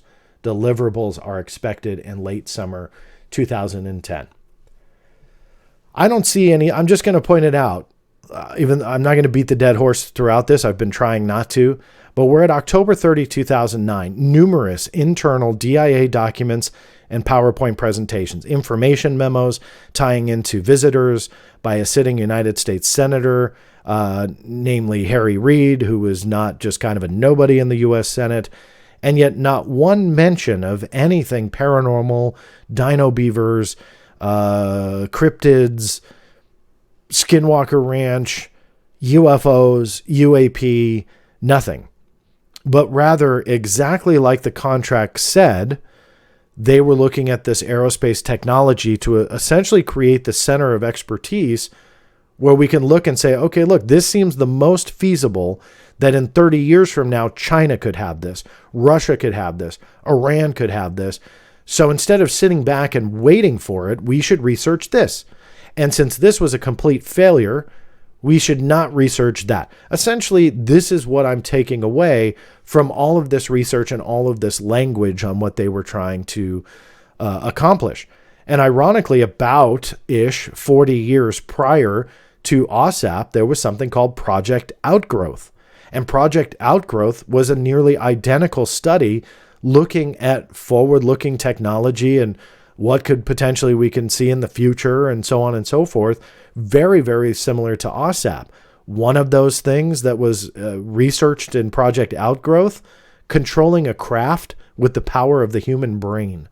So this type of fringe research, if it was that, is not new, but there's no talk of it in these status reports or anything, but rather it coincides with that public vision of what AWSAP was. And when I say public, it was publicly posted in 2008.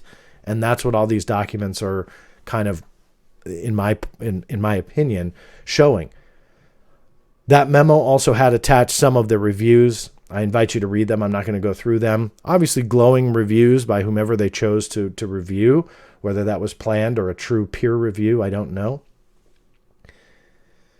This particular document, we're going to assume it's November of 2009.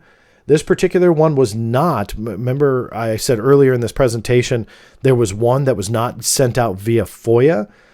This was that document. I don't know why. It could just have been an oversight.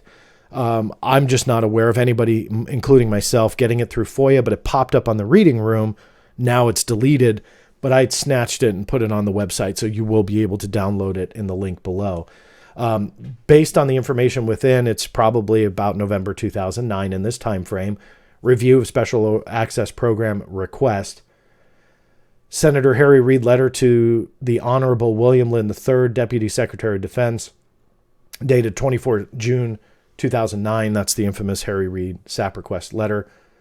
Key takeaways from this memo, who was written for Miss Honey Smith, who was the Director of Special Programs within the Office of the Undersecretary of Defense for Intelligence. I won't expand on that yet, but maybe you guys can start filling in the blanks on Director of Special Programs in OUSDI. Now it's called OUSDI and S. They have changed the name. But regardless, more on that at a later date. Key takeaways from the memo: we cannot find adequate justification to establish a restricted SAP. So they looked at Harry Reid's request, looked at what AWSAP was doing, have no idea why he requested it. All of the ATIP, or you can see here the copy and paste, AAITP referencing Harry Reid's letter. We know that's wrong.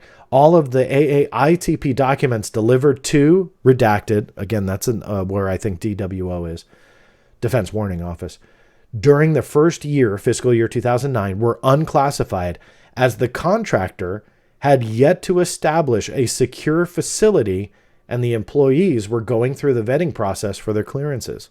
So that entire first year, they didn't have the proper facility to essentially house classified material or information. That's key. I think I have a slide for it. If not, I'll point it out anyway. But just remember that I said that. In the second paragraph of the reference, Senator Harry Reid cites, quote, the identification of several highly sensitive, unconventional aerospace-related findings that will require extraordinary protection. While the majority of the unclassified reports do indeed discuss unconventional aerospace technologies, we are unaware as to which, if any, are so sensitive that they require the extra protection provided by a restricted SAP. We can only assume that these statements are in keeping with the security and counterintelligence concerns that are the main focus of the senator's letter. So the DIA was clueless on why Senator Harry Reid was asking for SAP status. They couldn't find any justification for it whatsoever. Obviously, ultimately shot it down. Here's another November 13th, 2009 memo, very similar to the one I just read to you, Review of Special Access Program Request. This was written for the Director of Special Programs, Office of the Undersecretary of Defense for Intelligence, likely the same person in that other memo. Not sure if one was a draft, that's why it didn't come out through FOIA, and then they accidentally dumped it online. Don't know, still trying to figure all that out. But regardless, still pointing out here, DIA cannot find justification to establish a restricted SAP. We already went through that. Based on classification levels of current projected program deliverables, there is insufficient grounds to classify this open program, invoke alternative or compensatory control measures, or establish a restricted SAP. So in other words, they were looking at this going, there's no reason for any of that, even anything closely to a SAP. Classifying their overall program by derivative means is impractical given Department of Defense Regulation DoD 5200.1-R, Information Security Program Guidance. No reports produced thus far extracted, paraphrased, or restated information obtained from previously classified material. Future reports that contain classified information will be marked and protected according to the original classifying authority. In other words, they get the request from Harry Reid. He says, give it SAP status. The reviewers look at all the information. It's unclassified at this point across the board. There's no reason for them to classify it. let alone give it SAP status. They said moving forward, if they do go to a classified level, which they ultimately did with one report, there's still no reason to justify that as a SAP. Going back to the letter, classifying the overall program by original means is inadvisable. Information contained in the reports is not owned by, produced by, or for or under control of the U.S. government. DIA cannot identify any damage that could result from unauthorized disclosure of publicly available information. Although the information can loosely be tied to one of the eligibility criteria for classification, scientific, technological, or economic matters related to national security, DIA is prohibited from classifying basic scientific research and its result, unless it clearly relates to national security. This requirement has not been met. So everything that they saw was all scientific related. What they considered basic, let me see, make sure I have that right, basic scientific research and all the results that came into it had no national security risk whatsoever if it went out into the public. What was also interesting was it seems like something that I've pointed out for years, that all the DIRD authors, when they leaked out, and I have this in the link below as well, it's a DIRD research center that not only has all the DIRDs now, but also the related papers, that pretty much across the board, the authors had very similar papers already circulating around. And with Kit Green as the example, what leaked was likely something he had already created or a draft. So where did the $22 million go if what appeared to be a lot of these people, the authors, already had a lot of this written, and they took what they had already written, reworked it, and out popped a DIRD? Did they really get like $1 million for that? Or is there something else going on? So when I read that and they say that DIA cannot identify any damage that can result from unauthorized disclosure of publicly available information. Publicly available, meaning everything was already out there in the ether already.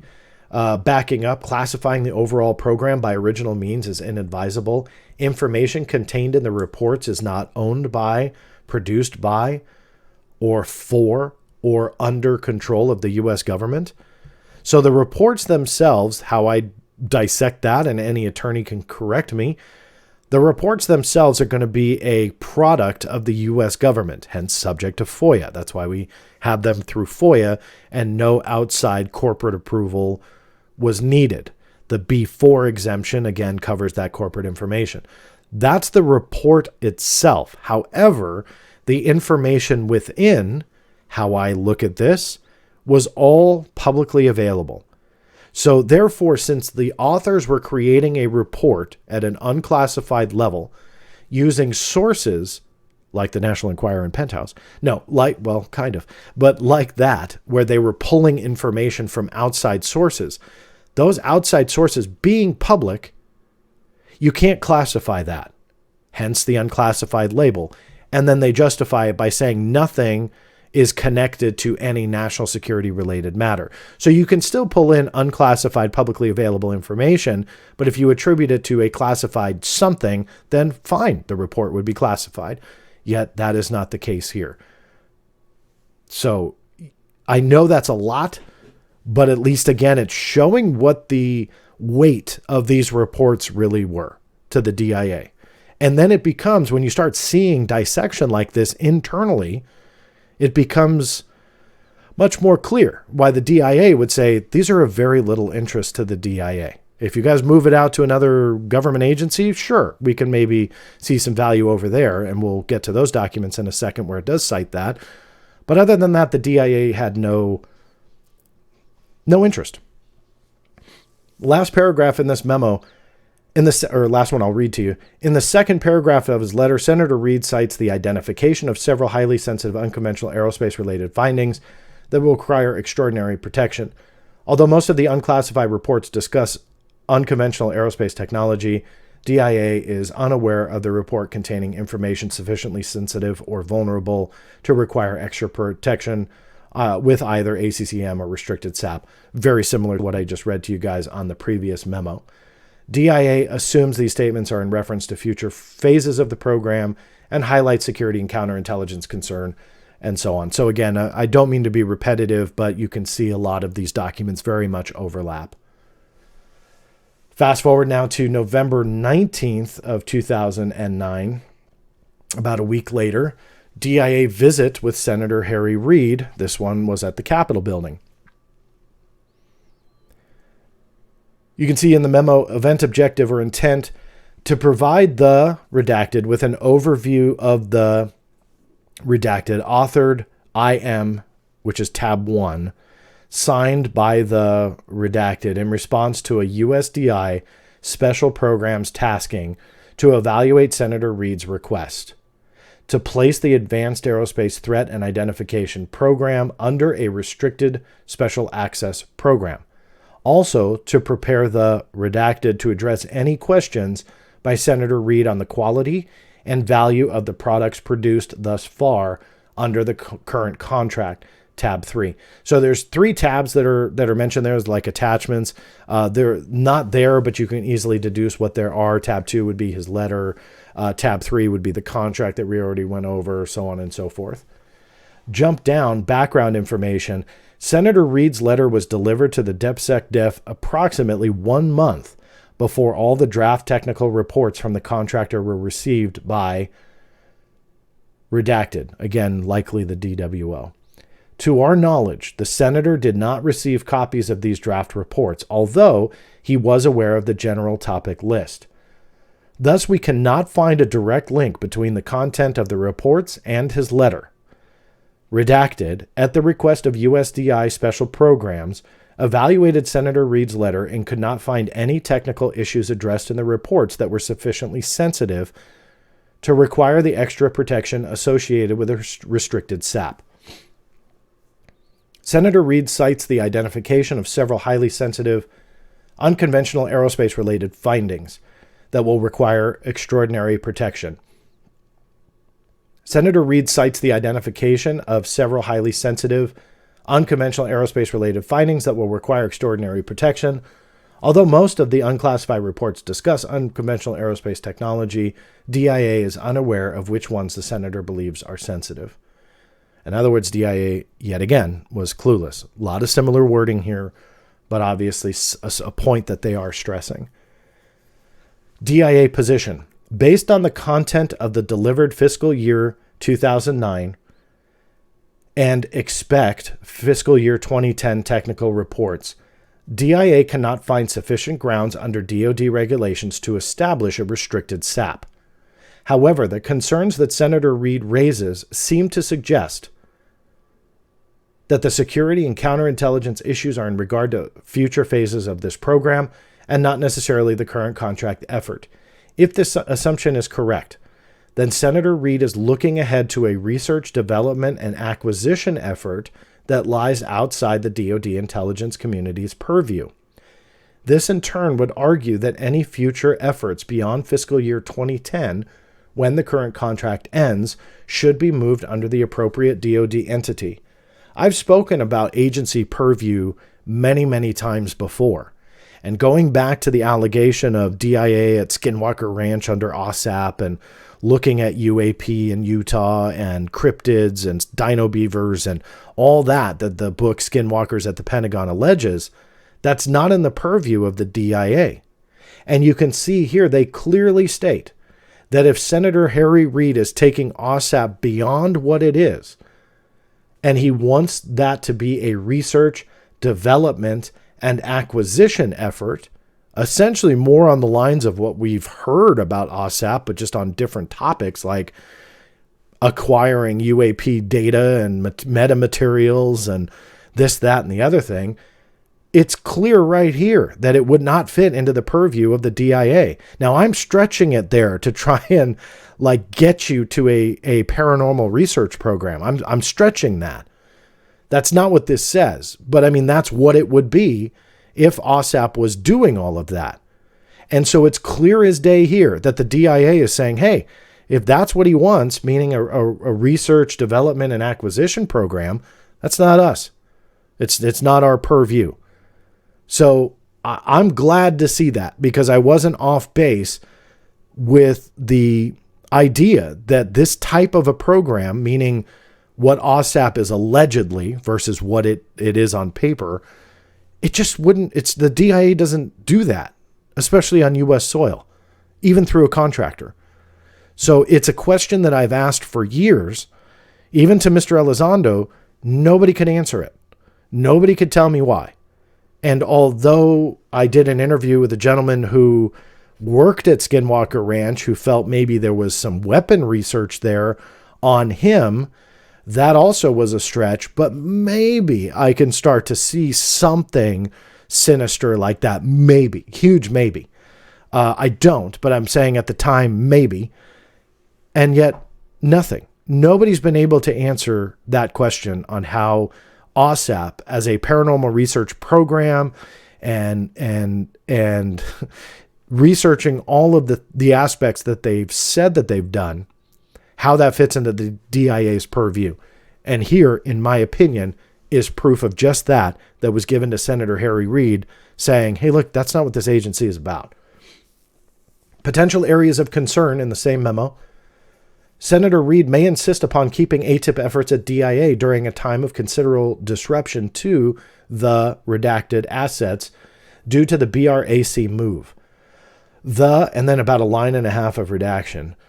These issues will make it very difficult for DIA to exercise proper program management.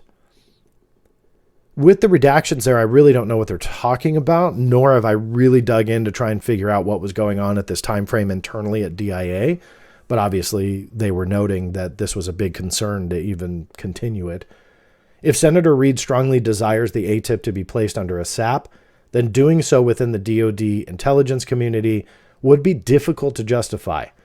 However, if the focus of the program were to become more RDA-oriented, then a SAP would be easier to justify under the current DoD 5200.1-R. Essentially, if the scope changed, they started getting into many more developmental areas into classified research, then yes, a SAP may be justified, and that's what they were saying here. Also in November 2009, this was undated, Senator Harry Reid's request to put the Advanced Aerospace Threat and Identification Program under special access protection. This was a packet that was given during that time frame to the Deputy Secretary of Defense for that meeting that they were having with Senator Reid. So essentially, this was, we'll call it a briefing packet, and a lot of the attachments, you can download it at the website that I link below. A lot of those attachments have already gone over, but it was like a packet that was given to the DepSecDef, which allowed him to kind of see that overview, and you'll be able to go through all of that. This was a date unknown, likely mid to late 2009. I'll put them at the end because chronologically I can't tell you exactly where they fit. But this was another memo that was released, very much going over a lot of what we already have. You can see here, this was a breakdown of the Advanced Aerospace Threat Identification Program, was first sponsored in fiscal year 2008 Defense Supplemental Appropriation Act by Senators Reid and Inouye with a $10 million ad.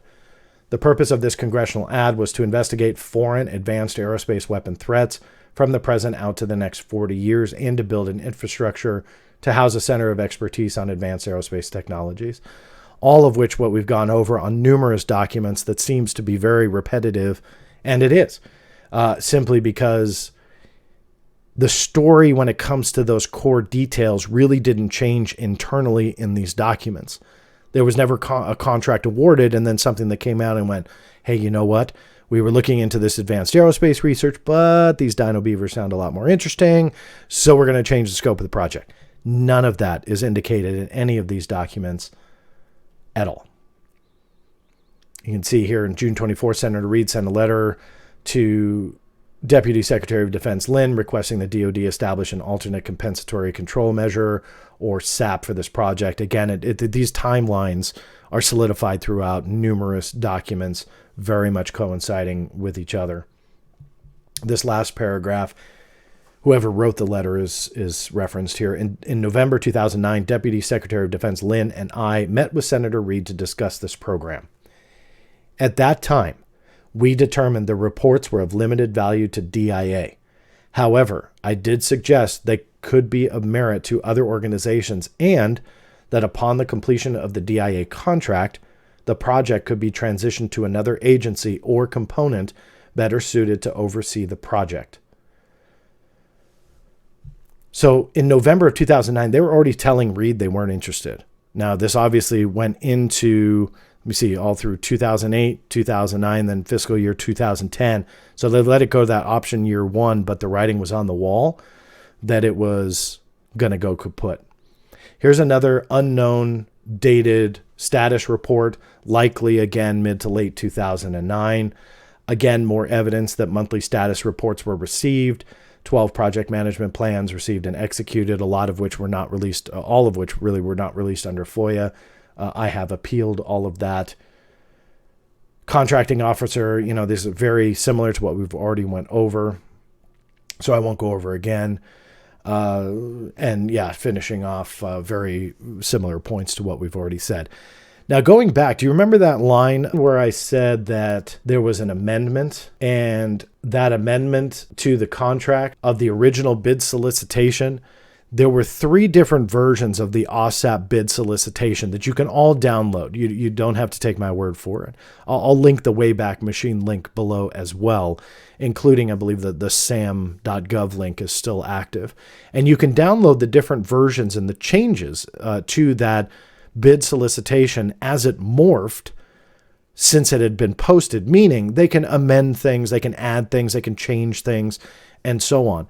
One of the things that they changed in the chronology before Bass ever bid on the program was to change that the bidder, whomever, one of the prerequisites was that you had to have an approved facility to house that classified information. That was a requirement. But remember, those documents said that Bass had yet to receive that approval at all for their facility in fiscal year 2009, so nothing was classified. And in fact, if you recall, Robert Bigelow said he spent his own money to modify his building in what he says, I believe, preparation for metamaterials or something that he was supposed to get but never did. All of that made it seem like, wow, he was really investing in this program and really wanting to essentially split the cost with the government. In my opinion, that's a stretch now, because now one of those amendments was changing that requirement to it wasn't being required. And it was like, how convenient for Robert Bigelow before he ever bid on the program that in August, before he submitted the bid, they changed that requirement. Then in this internal documentation, it reinforces he didn't meet the requirement. He later did because he invested his own money, but that was under the guise that he did it to kind of help the government. No, he needed to do that. That was what he needed to do to get into the classified creation of all of those reports. But what all of those reports then translated to was only one in the 38 DIRDs. That's the one that's been withheld. Other than that, he never created any. If option year 2, option year 3, option year 4, if they all got executed, there would be tens of millions of additional dollars that could have went in. And by him modifying his building and getting that classified status, what then he could do was get more money, but then potentially get a SAP status. And then he would really be essentially sitting pretty in regards to information access, financial access for contract extensions, spending, and potentially have AWSAP moved out of DIA into an agency that it was more appropriate for that R&D effort and so on. And you can kind of fill in the blanks that it potentially could go on for years if they accomplish what they wanted to accomplish. So I'm ending it there because it really shows what we've been told in a different light. And remember, I say moving the goalpost. Well, before that evidence came out, it kind of made it seem like he was investing in this program with his own money, and he was under the impression he was going to get material from the government. But in reality, that was a contractual obligation that he did not meet. And per historical evidence that anybody can cite, they changed that requirement conveniently, miraculously, coincidentally, weeks before he submitted the bid. So yet again, even more evidence, the writing was on the wall, that this was all created for him. So now I end with you on where is all of that UFO and paranormal study information. I know we have the Kit Green report, but questionable sourcing at best and publicly available information. The Drake equation, again, a wild card, but everything else fits exactly to what this aerospace research was. So when you look at the recent interviews, I'll ask you, and please, you don't have to agree with me, but do you feel that they are moving the goalpost?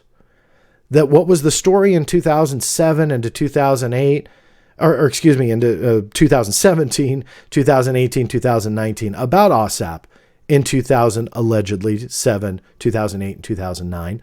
You've got all these different stories in all these different years, and they've morphed over time. What does that mean? A lot of people say, well, the government is embarrassed about UFOs. Keep in mind, that's the same government right now that is getting a task force that's been set up for quite some time, now disbanded for a bigger effort to investigate UAP. They comment on UAP quite often. They have confirmed UAP videos that have leaked to the government. It's the same government that people say is embarrassed to talking about UFOs that are seemingly talking a lot about UFOs. So those two things can't go hand in hand. Some may say, well, they want to cover up their lie. Well, tell you what, they've already changed their tune on a couple of different claims before. Namely, they said now they utilized UAP reports, but it wasn't the scope of the program. So what is it? Is it the government they didn't want to get caught in a lie? Or are they changing their tune and so on and so forth? Why won't they just admit that AWSAP did this? Or is there a deeper story? And I think that that's what, for me, is the most important aspect of this, is the context of what AWSAP was all about. And when you get into, I'm not going to make the allegation directly, but when you get into the conversation, and I believe we should have this conversation about the misappropriation of funds or a contract that was given a certain header and the reality was something else, we need to talk about that. Because as much as I love UFO and paranormal research, and I believe it should be funded funded appropriately. Because look what happened. If this is true, and that this was some secret effort and everybody has moved the goalpost and they're fine with it now, that the evidence is just covered up or whatever. If it's unclassified, then Bigelow Aerospace has it, they should release it. Because that will show the government is lying, right? Why wouldn't he just do that? There's no rhyme or reason not to. Some have alleged it's proprietary and that they're hiding it in the private sector. Okay, well, we know for a fact it's unclassified, so why not release it? If he's interested in the transparency, then we should be interested in seeing that transparency and getting all of the reports. Essentially, you and I paid for it if you're American, and if you're outside of America, I know you want to see it too. So we should be able to ask who got taxpayer money, where that information is, and to clarify, because it's unclassified. And if the government says that AWSAP had nothing to do with UFO or UAP research, fine. Let them say that. Bass, I don't know if it's considered defunct now. I know that nobody's really working for it. But Bigelow Aerospace, put all that stuff out there. Put your label on it for all we care. I personally could care less. If the research was solid and you did what you said, it's not classified. And if you want to contradict that, fine. Because if it is classified, then we solidify the DIA absolutely lied to Senator Harry Reid, lied to their superiors. They fabricated evidence, and it goes into deep allegations. So let's have that conversation. But yet no one wants to talk. But you can buy a book that doesn't have the evidence that we need, has a lot of claims. And I was told behind the scenes, hey, John, look at the back. There are tons of reports that you can FOIA, and that will prove everything. Well, guess what? I did FOIA them, and so did a lot of other people. They're not there. Now, I'm not taking the government at its word. I never do. I wrote books about not doing just that. So I know that they lie, and I know that they can obfuscate profusely. So that's why I'm filing appeals, and I've already filed numerous appeals on this very topic. But in the same breath, if I question one side, I have to question the other. I was told to FOIA those reports, and they're just not there. Now others argue, well, they're Bass reports. Why aren't those same people asking why then Bass won't release them? They're not classified.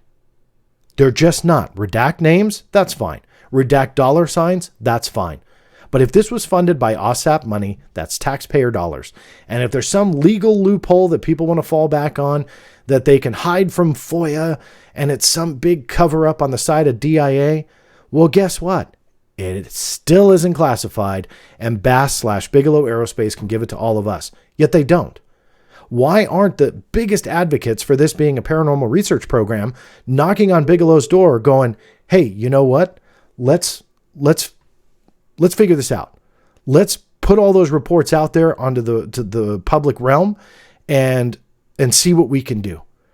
Get the DIA talking about this, and if they don't, who cares? Because now we have the information, yet they won't do it. All those unanswered questions have lingered for years.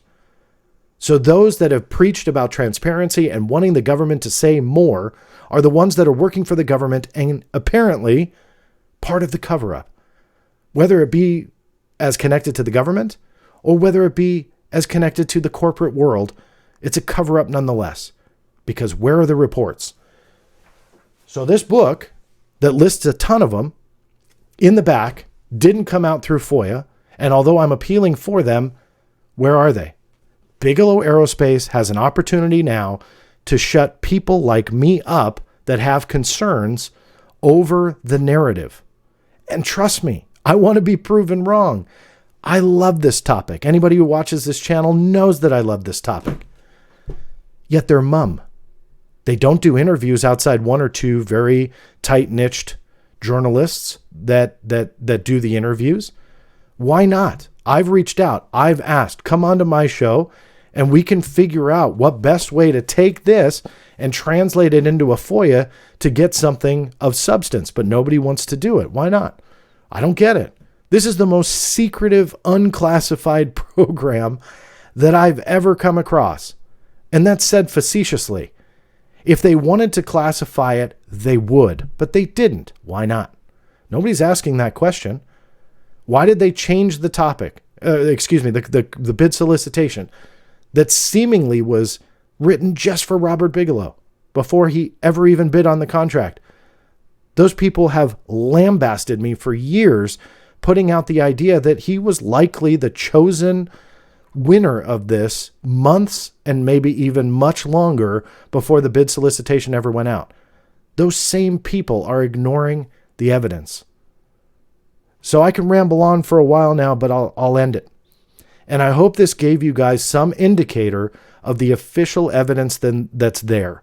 And although I don't endorse it, although I don't say, hey, look, this is the real story and everybody else is bunk, this is the level of evidence we need to prove or disprove a story.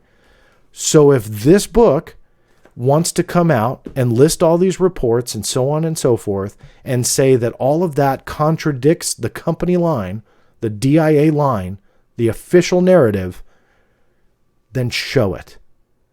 And I will absolutely be happy to profile it for you. Forgive my sound effect there from my email. I appreciate you guys tuning into this very deep dive on a very interesting topic. I learn a lot myself doing these presentations, but I hope you learned some as well. I will end it the way I started it. I know these deep dives aren't for everybody, but if you're at this point, I compliment you for sticking with a hour 45-ish or so breakdown of these documents, because it shows me you want to know more. I don't expect you all to believe with every point that I make that's an opinion, but rather I see now, if you're at this point of the video, that you look at the documents and the evidence to make up your own mind. And that is what this channel is all about. It's not about agreeing with me. It's about looking up the evidence and making the opinions and decisions on your own. So I wish you Godspeed on your journey trying to figure out all of this, because it's a mess. And until next time, until more information comes out, please help the channel by clicking on the thumbs up button, making sure you're subscribed, turn the notifications on, and the biggest help of all is sharing the word. If you feel so inclined, I have a Patreon or other ways you can support. 100% of all that money goes right back into this channel and the research itself to make all of this possible. So for those who decide to do the latter, thank you, but at the very least, a thumbs up helps. If you're listening on the podcast version, thank you for doing so. Any review helps. I aim for 5 stars. I won't tell you what to put, but I aim for 5 stars. Please, please, if you have a moment, click on those star buttons and let me know what you think. And of course, I'm interested in your feedback. Post the comments below, or you can contact me on theblackvault.com. This is John Greenwald Jr. signing off. And until next time, we'll see you then.